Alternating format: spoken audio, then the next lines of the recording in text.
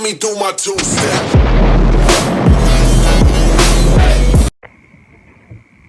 Hai. Salam Indonesia. Indonesia sekarang sedang berada di dalam lingkungan yang begitu-begitu saja. Dan Bali sekarang dalam keadaan yang sama begitu-begitu aja.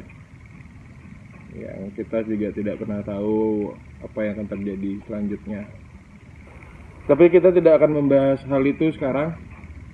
Yang kita akan membahas adalah satu gerakan yang luar biasa, yang keren, tuh kan? Di belakang itu ada mbahnya surfing sebenarnya. Mbahnya surfing, terus beliau adalah yang bikin majalah paling keren, Magic. Semua yang magic lah dia yang buat, kan gitu. Dari Magic Ink, Magic Wave, dan Magic Ride, beliau yang buat semuanya. Dan kita sekarang berada masih di tempat yang sama, di markas salah satu paguyuban, namanya Barakuda. Barakuda itu artinya barisan anak kolong Udayana. Sekarang kita kenalan dulu sama ibu ketuanya. Nek, apa kabar Nek? Baik, seperti kemarin. Sehat. Lama kita udah nggak ketemu ya? Lama banget. Kan gitu. Nek gini, aku nggak membahas tentang UMKM ya, karena kalau membahas UMKM itu terlalu panjang dan banyak sekali pembahasan yang harus dibahas kayak gitu. Barakuda itu apa sih Nek? Barakuda itu barisan anak kolong Udayana. Terus? Dia berbentuk paguyuban yang bergerak di bidang sosial, bakti sosial, dan pariwisata. Nah, sekarang ini secara bahasa anak-anak muda zaman dulu ya, anak kolong itu kan terkenal dengan brutal segala macam, yang bisa dibilang sebelahnya adalah bahannya brutal dulu.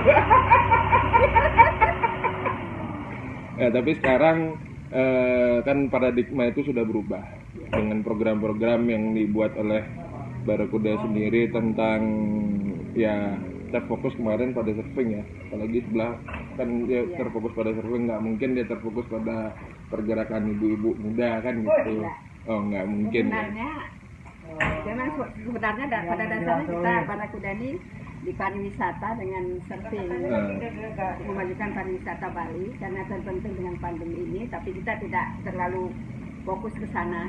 Yang penting kita berjalan sesuai dengan apa adanya. Oh gitu, iya. Nah terus sekarang gini nih, kan kemarin itu Barakuda sendiri kan bikin go surfing yang isinya wanita semua. Nah itu kok tiba-tiba menghilang tuh, apa kabar? Itu tidak menghilang sih. Terus? Mau bikin lagi sebenarnya. Terus? Karena ada halangan pandemi ini. Jadi kemungkinan nanti April ini mudah-mudahan tahun 2021 ini bisa terlaksana. Untuk surfing menyambut Hari Kartini. Menyambut Hari Kartini. Nah, gini, yang menarik sebenarnya pengen ketawa ya. Sebenarnya pengen ketawa juga. Kemarin sempat diskusi juga sama Om Biping sendiri, ngomongin masalah pantai kan gitu. Barakuda, anak-anak Barakuda kan hampir sebagian besar senang sama pantai kan gitu. Tapi sekarang pantai kan ditutup. Terus menurut pendapat nenek sendiri terhadap penutupan pantai, katanya nggak boleh begini segala macam, itu apa Nek? Yang menjadi pandangan nenek terhadap pantai itu gimana? Sebenarnya sih nggak perlu ditutup selama ini, menurut saya loh ya. Karena tidak ada ini di pantai juga kan kita tidak terlalu berdekatan. Orang main syuting kan tidak mungkin berdekatan kan, dia berjauhan. Tabrakan dia dong kalau berdekatan kan gitu. Nah, itu dia yang kemarin Itu yang terlalu lama ditutup itu. itu Pantainya. padahal katanya Om Piping kemarin kan bilang bahwa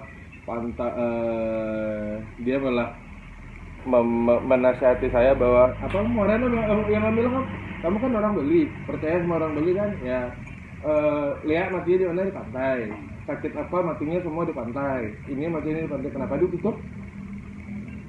Biar stres. Oh, biar stres. Nah, itu jawaban paling lugas, tegas, dan paling lucu yang dari senior yang dikasih tahu. Nah, sekarang ini, selain bikin go surfing segala macam, Barakuda tuh ngapain aja sih untuk ke depan? Kita bakti sosial, seperti kemarin tanggal 29 Agustus kita bersih-bersih pantai. Terus acara di Les, berbagi. Yang sekarang kita mau majukan sebenarnya si Desa Les juga di utara ini. Supaya imbang dia pariwisatanya, ternyata di Desa Les itu bagus banget. Pantainya bagus, air terjunnya bagus. Terus kenapa memilih Desa Les untuk menjadi bahan pilot project pertama? Karena kami sudah mapping ya Mas, sudah mapping ke sana, kami lihat penduduknya juga, para nelayan itu. Jadi memang harus ke sana. Memang harus ke sana Ya, dulu. Karena kita lihat kehidupan standar dengan pertanian garumnya juga kan nomor 1 garumnya sebenarnya, bagus banget. Oh gitu. Ya. Terus gini, project itu kan memang sudah dimulai dari awal, itu kan memang sudah dimulai ke depannya di awal memang di Desa Les itu akan menjadi pilot project dari Barakuda. Setelah dari Desa Les kemana? Kalau bisa sih kita keliling di Bali, ke negara, di pantai-pantainya. Oh gitu. Nah, Ibu Ketum ini kan sebenarnya dia adalah salah satu pemikirnya. Cuman kita coba sekarang pingin ngobrol sebenarnya sama yang inisiatornya. Dia orangnya diam-diam, sok kegantengan gitu loh. Sok ganteng sekali no. Tumben kan lu di podcast diginiin kan. Biasanya didewa-dewakan loh. Nah, menurut Om Piping kan banyak pemikiran yang kadang-kadang agak sedikit gila ya. Dan itu sebagai diskusi kita selama ini kan bahwa kita banyak memikirkan tentang Bali, banyak memikirkan tentang pantai, banyak memikirkan tentang laut kan itu. Menurut Om Piping sendiri sekarang, apa kabar dengan pantai?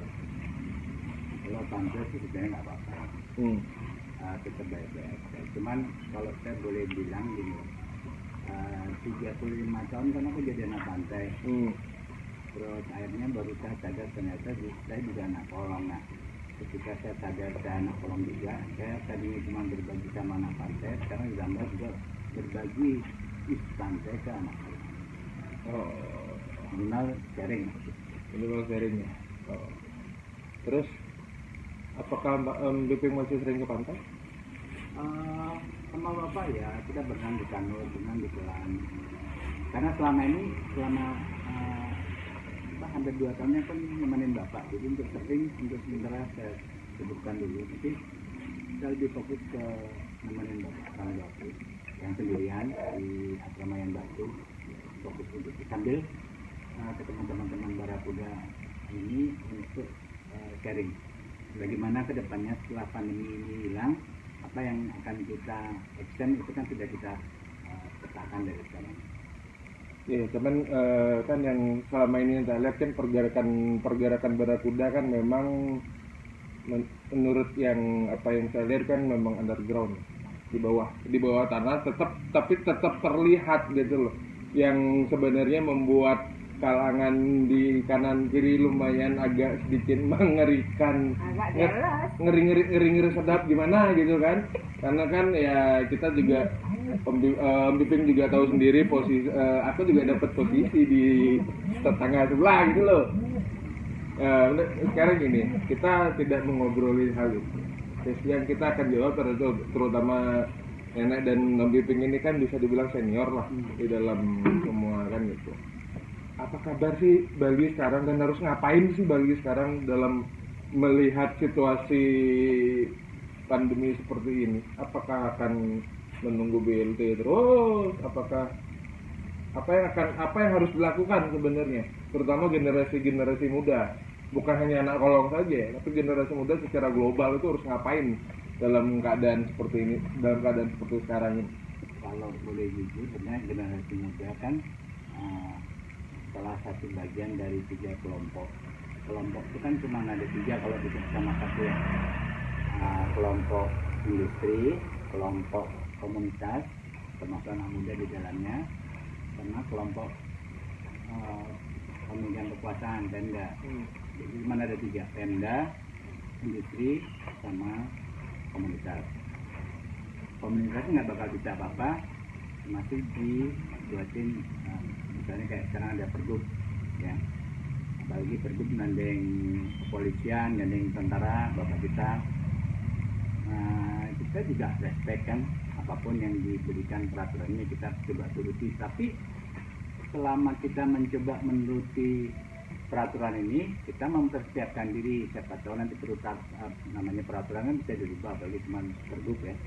Ketika pergub itu nanti berubah dan membuka diri, itu kita udah secara SDM dan secara pemetaan kita udah siap apa yang action yang kita buat dari mulai pergub itu mulai lunak minimal dari 2021 itu dari bulan dibukanya sampai Desember kita udah punya perencanaan. Nah, perencanaan ini kan butuh pemetaan. Nah, sekarang kita memetakan, terus kita juga sharing kira-kira kalau ada ini apa aja masalahnya, kita coba baca masalahnya dan kita sama-sama mencarikan solusi. Ya itulah, makanya sekarang kan teman-teman sendiri kan dari komunitas, dari masyarakat luas kan pada teriak tentang adanya PPKM segala macam kan, tentang pembatasan semua dibatasin dalam itu, termasuk kita membatasi secara ke pantai, dibatasin nggak boleh rame-rame katanya di pantai, nggak boleh tidak boleh duduk aja juga harus jaga jarak di pantai kan gitu ya kan. Bahasa lucu sekarang nih, kayak aku duduk di sini mau piping kelihatan ya pantai, kalau orang datang mungkin kita diusir karena disuruh jaga jarak. Masa lu kita duduk di sini lu ngomongin di situ kita pakai HT? Nah, kalau secara pribadi kita tim Barakuda nyaris tidak ada masalah dengan itu ya. Maksudnya ya kita biasa-biasa aja sebagai masyarakat, kita respect sama Pemda, sehingga nanti ketika mereka sudah siap membuka diri ya kita tinggal action gitu. Jadi untuk aku mau Pemdanya ngomong apa ya itu hanya dia sebagai pemegang kekuasaan, pemegang kekuasaan dan pemegang kebijakan kan harusnya begitu. Nah, kita nurut aja. Kita coba jadi anak baik-baik. Oh, sudah jadi anak baik-baik. Mencoba untuk jadi anak baik. Oh, mencoba untuk jadi anak baik-baik. Jadi Om Piping berusaha merubah paradigma anak kolong itu yang sekarang adalah menjadi anak yang baik-baik dan mempersiapkan ketika nanti mereka membuka pintu gerbang, SDM kita sudah siap untuk action. Nah, kemarin aku kan dengar lu kesik-kesik katanya akan masuk ke salah satu kementerian nih. Oh, nah, itu gimana ceritanya tuh? Secara pribadi dan bersama anak-anak di sini kita mencoba memprediksi apa kira-kira atau kenapa Pak Menteri harus ngantor di Bali. Salah satunya kan karena Bali nggak punya tambang, kita nggak punya perkebunan kelapa sawit, kita nggak punya apa-apa, kita cuma punya service as a sport tourism, buat tourism. Sebenarnya Bali kan kekuatan di situ. Jadi ya saya pikir Pak Menteri ke sini daripada kita yang ke Jakarta untuk presentasi, kenapa nggak kita presentasi ketika dia di Bali? Itu mempermudah kita sebagai anak Bali untuk mensupport Kementerian Pariwisata menggolkan pariwisata Bali ke depan yang lebih baik dari pariwisata kemarin pastinya tadi kan. Terutama di sport tourism kan itu. Ya memang kita bisa cuma tourism, kita nggak bisa pertambangan, kita nggak bisa perkebunan kan. Nah, makanya kayak yang kemarin itu kan begitu seperti diskusi kita kemarin kan, pada saat si Pak Menteri ke sini, Menteri Pariwisata di sini kan kita akan berbicara sama mereka tentang bagaimana pariwisata, bagaimana olahraga terutama pantai kan gitu. Nah terus dari Barakuda sendiri kan memang sudah siap kemarin kan gitu. Dari Barakuda kemarin sudah siap kemarin untuk bisa berdiskusi dengan Pak Menteri. Nah setelah pada saat nanti sudah diskusi oleh Pak Menteri, data sudah disupport oleh mereka, pasti akan ada action kan, terutama dengan Kartini go surfing segala macam kan itu, yang memang kita juga bisa melihat ke depan itu adalah satu agenda yang bagus. Ya, menurut Nabi itu, apakah bisa nggak Bali itu bangkit dari olahraga yang kita mempergunakan olahraga pantai ini untuk bisa membuat Bali ini kembali bernafas lah. Aku jujur baru 35 tahun jadi anak pantai ya. Dan aku Baru 35 tahun. Dan saya mengamati pariwisata pantai ini dari ujung Alaska itu sampai New Zealand. Teman-teman saya yang server itu semuanya sebenarnya kangen. Bagi kayak gini lah, ketika kita gelap, Bali pernah miskin itu waktu Amerika dibom, kita juga dibom. Amerika marah-marah nyerang negara Arab, kita nggak nyerang mana-mana. Dan dari kacamata saya sebagai seorang surfer, teman-teman saya nggak ada yang pulang. Yang pulang tuh turis-turis biasa itu pulang langsung istilah banjir di airport, mereka pulang. Turis yang surfer malah bertambah banyak. Jadi pemetaannya beda. Maksudnya gini, surfer itu kan senangnya tidak ramai, karena kalau ramai dia nggak bisa surfing. Nah itu yang pertama. Yang kedua, nyawanya dia tuh istilah besok dia bersyukur kalau masih bisa bernafas. Jadi untuk dia hari ini jadi dia sangat hidupnya sangat happy banget. Dia nggak mikirin besok mau makan apa, mau ada apa, tomorrow gitu. Today must be beautiful kan gitu. Itu surfer. Jadi kalau kemarin ada bom, masa besok ada bom lagi? Kan justru tidak mungkin. Jadi mereka justru, wah kebetulan Bali gelap, tidak banyak orang. Semua surfer rata-rata di samping mendukung teman-teman yang lagi gelap, anak-anak pantai yang lagi gelap ini, karena ketika mereka datang kan mereka bawa dolar mereka dan mereka membelanjakan itu. Nah itu terjadi di Bali. Jadi ke pertanyaanmu tadi ketika apakah surfing ini bisa maju ke depannya? Surfing ini maju dari tahun 70 kan? Majunya sangat pelan, tapi signifikan banget. Dan kita bisa baca bagaimana pergerakan itu. Satu contoh gini lah, kita ngomong brand yang paling top di dunia sekarang itu, Silver, Billabong, Beetle. Dipikir dia besarnya dari Australia, walaupun dia Australia, tapi mereka besarnya di Bali, baru keliling dunia. Jadi Bali ini Magic Island. Kalau untuk saya pribadi itu Magic Island. Itu bukan kita yang buat, itu orang asing yang bilang Bali is Magic Island. Tapi banyak orang Bali yang mungkin masih ragu-ragu bahwa kita tuh Magic Island gitu. Nah, kan, itu kan pendapat mereka. Ya untuk saya di antara keduanya, karena teman saya banyak yang dari seluruh dunia, terutama surfer, dan mereka selalu diskusi, dan ketika saya punya masalah mereka selalu membantu. Untuk aku nggak ada bedanya sebenarnya orang Bali, orang Australia, orang Amerika. Ketika dia surfing, you take one wave, after that I take one wave. Jadi kita equal. Mau naik Mercy, datangnya mau helikopter, if my turn, itu kalau itu mbak saya ya saya punya. Dia nggak bisa bilang, saya naik helikopter saya duluan ya, enggak. Equal.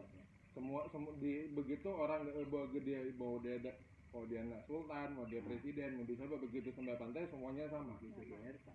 Sama begitu dengan Om Piping sebagai salah satu pemerakasa dari Barakuda kan, artinya di Barakuda ini adalah paguyuban yang semuanya sama. Mau lu anak jenderal, mau kopral segala macam, lu sama yang pernah makan beras jatah ya. Gimana sih rasanya berjatah? Aku kayaknya pernah ngerasain berjatah itu gitu loh. Dia tahu rasanya. Hah? Dia tahu rasanya. Oh dia tahu. Oh iya pangkatnya beda soalnya. Pangkat beda. Sama semua. Tapi gini, dari tadi kan lu sudah ngeliatin Biping lihat tuh perasaan sih terpesona sekali ngeliat kakek-kakek satu ngomong dari tadi gitu loh. Ya ampun Tuhan. Menurut nenek sendiri.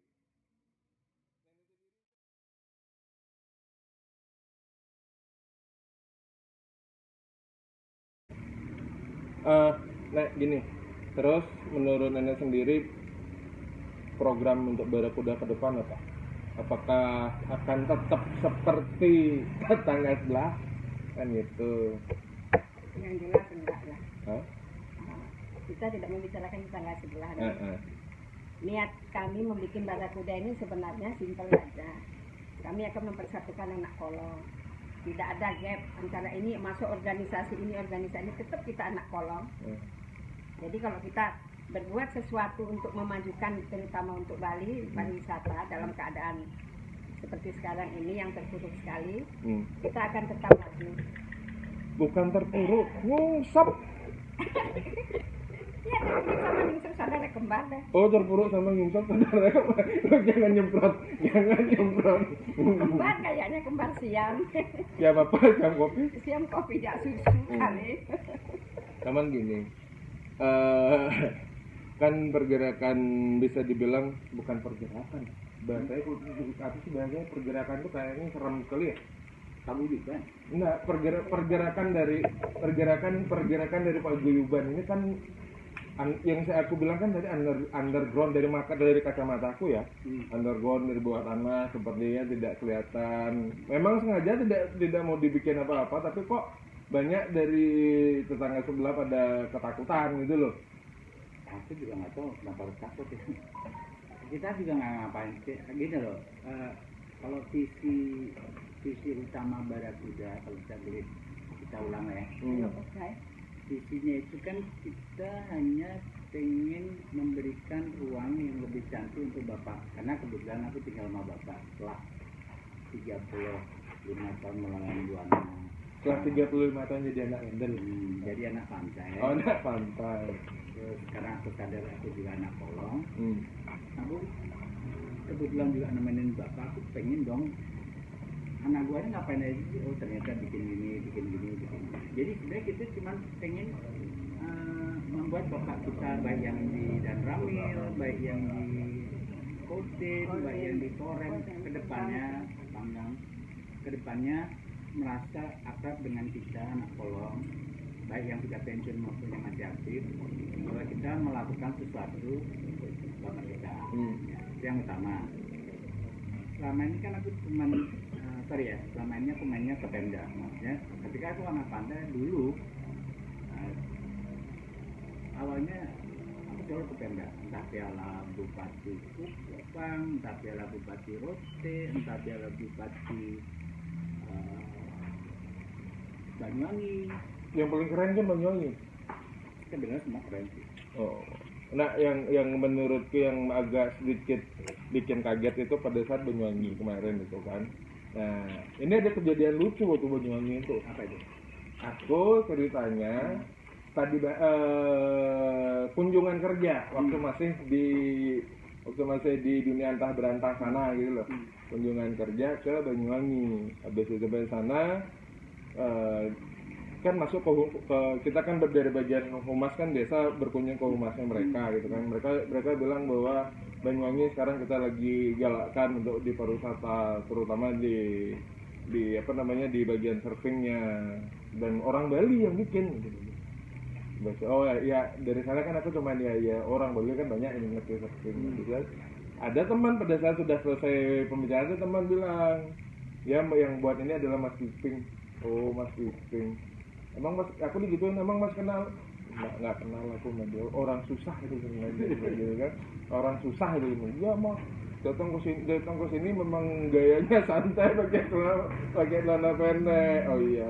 Dalam hati gue gini, lu baru tahu datang ke tenda ke celana pendek kan nggak masalah. Dia belum pernah lihat tuh di rapat berapa kepala cabang bang 30 64. 64 datang tanah pendek kan gila lu. Semua orang pakai tanah panjang datang tanah pendek. Emang lu Bob Sadino? Iya. Anak kolong. Karena kalau Anak pandai dan anak kolong.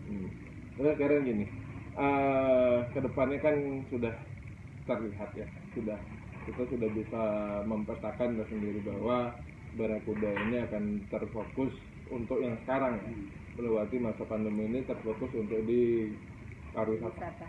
Pariwisata bagaimana caranya mengembangkan pariwisata agar selatan, barat, utara, timur, yang seluruh Bali ini pantainya Rahayu, guyup dan perekonomiannya semua berjalan kan gitu. Tidak ada timpang antara selatan dan utara kan gitu. Tapi ke depan sendiri itu kan memang banyak tantangannya. Ada saat nanti tantangan ke depan itu gimana sih caranya untuk melewati itu? Apakah cukup dengan satu gelas bir kita bisa menikmatinya semua akan kita pelan-pelan apa? Sebenarnya kalau untuk aku nyaris nggak ada tantangan ya, dalam artian sorry ya, setelah aku dari tahun 2000 membuat event pertama di Nenggala itu sampai 2015 di Banyuwangi, sisanya di Kuta dengan dari piala kepala desa, terus kepala camat, kepala desa, camat, bupati, gubernur, kementerian 2, pemuda olahraga sama menteri pariwisata aku udah pernah buat.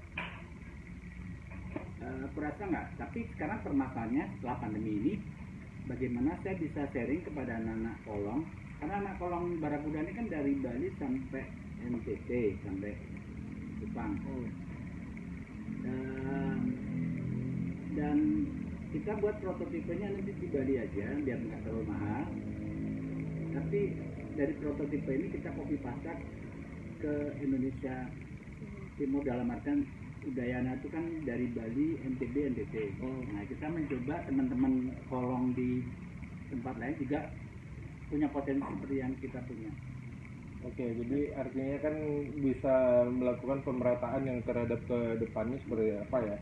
Jadi dari Bali ke timur itu kan jadi rata seperti itu. Terutama kan nanti pastinya akan ya roadshow lah dari ini kan.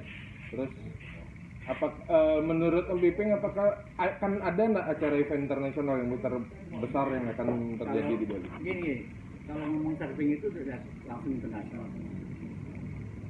Jadi gini, kalau kita buat event surfing di Bali ya, itu ada kampung Jepang, ada kampung Korea, ada kampung Eropa, ada kampung Amerika, ada kampung Australia yang pertama banyak. Jadi kampung mereka ada di Bali.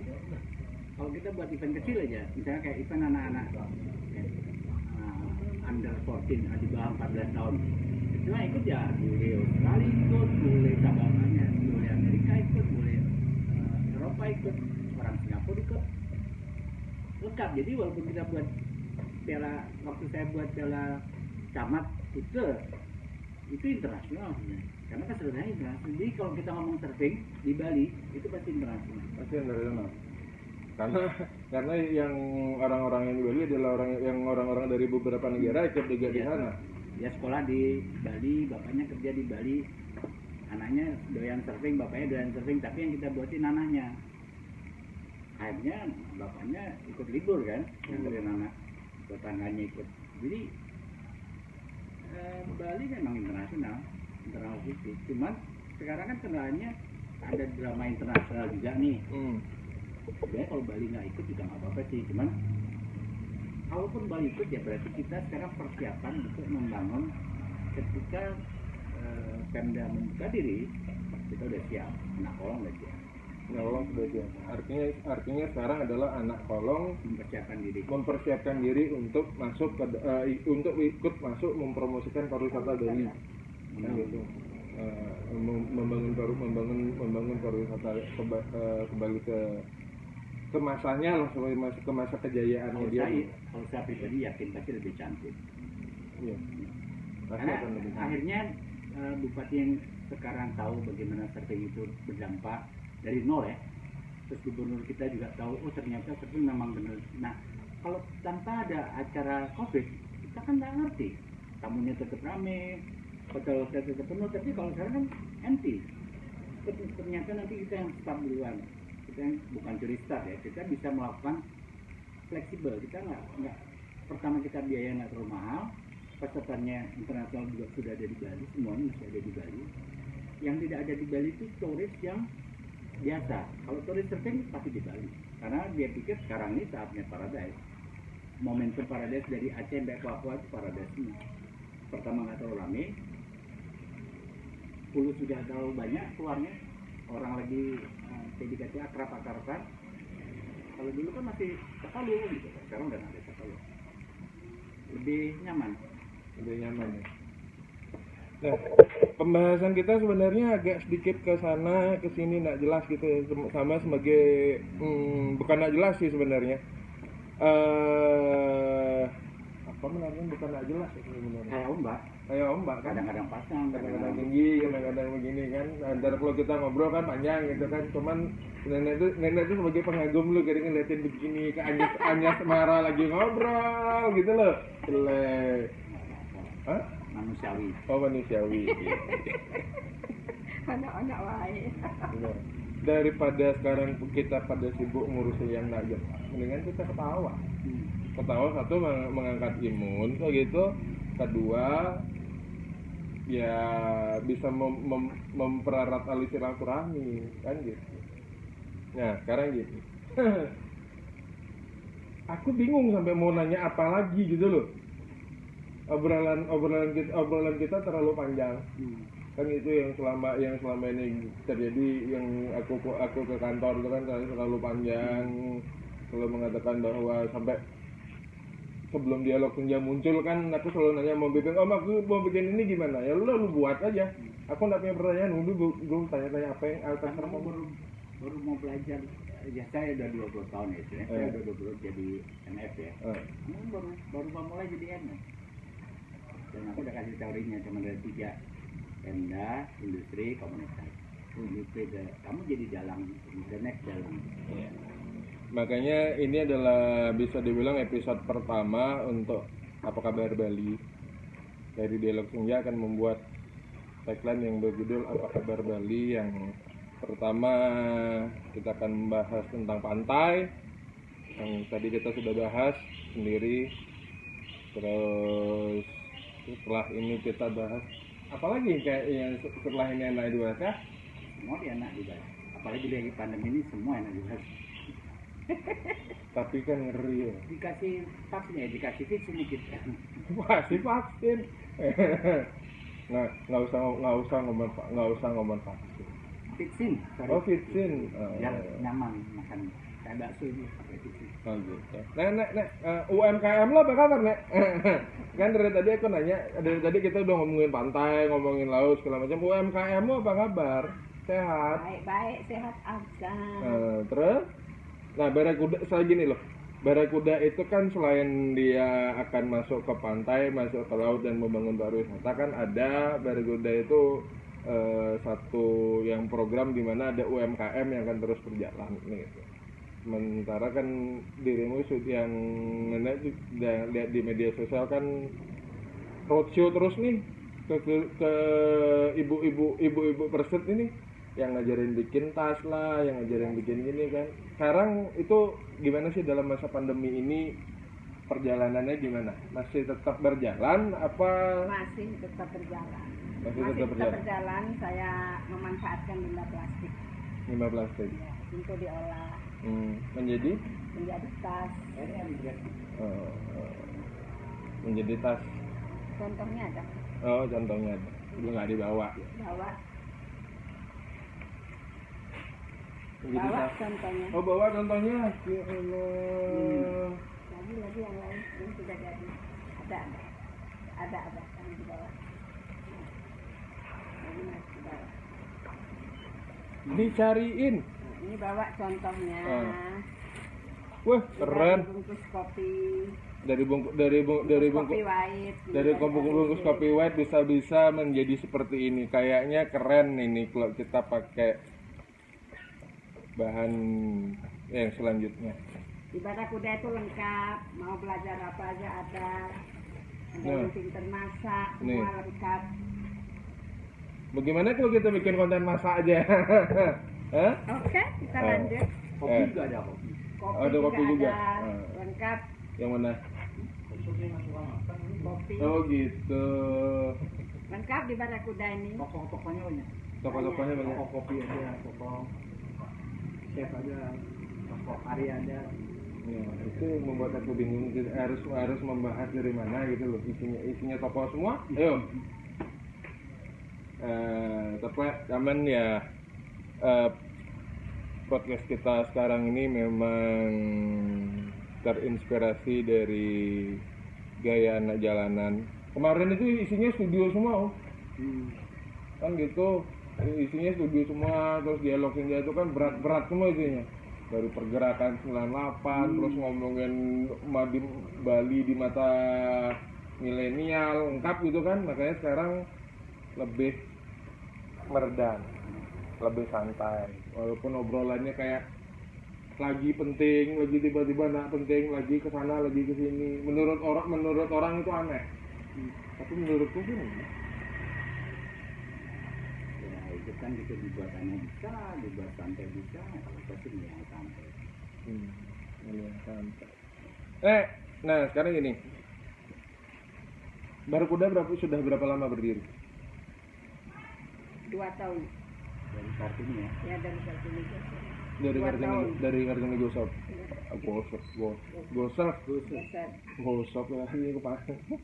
Bukan kali. Nah terus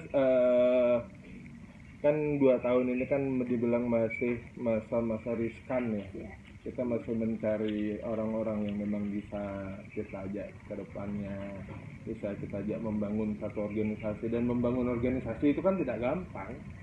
Ada 1-2 tokoh sebagai peledaknya di mana kan ya. Tapi menurut nenek sendiri kan sudah bijaksana gitu kan, bijaksana sampai rambut berwarna merah nggak jelas gitu kan, gitu. Dan yang pembinanya pun juga rambutnya sudah mulai memutih kan gitu. Menurut nenek sendiri perkembangannya gimana? Kalau saya untuk perkembangan makin ke depan sih makin baik, meskipun banyak tantangan sebenarnya di Barakuda ini, macam-macam sih tantangan. Cuma kita sikapi saja dengan bijak dan dewasa, tergantung sudut pandang kita dari mana memandangnya kan gitu. Oke. Kayaknya karena sudah tidak ada, sudah bingung nggak jelas mau ingin bahas apa lagi. Dan Om Piping sudah mulai senyum-senyum nampaknya. Dia senyum-senyum ingin menebar kegantengannya dia. Kita cukupkan sekian dulu dan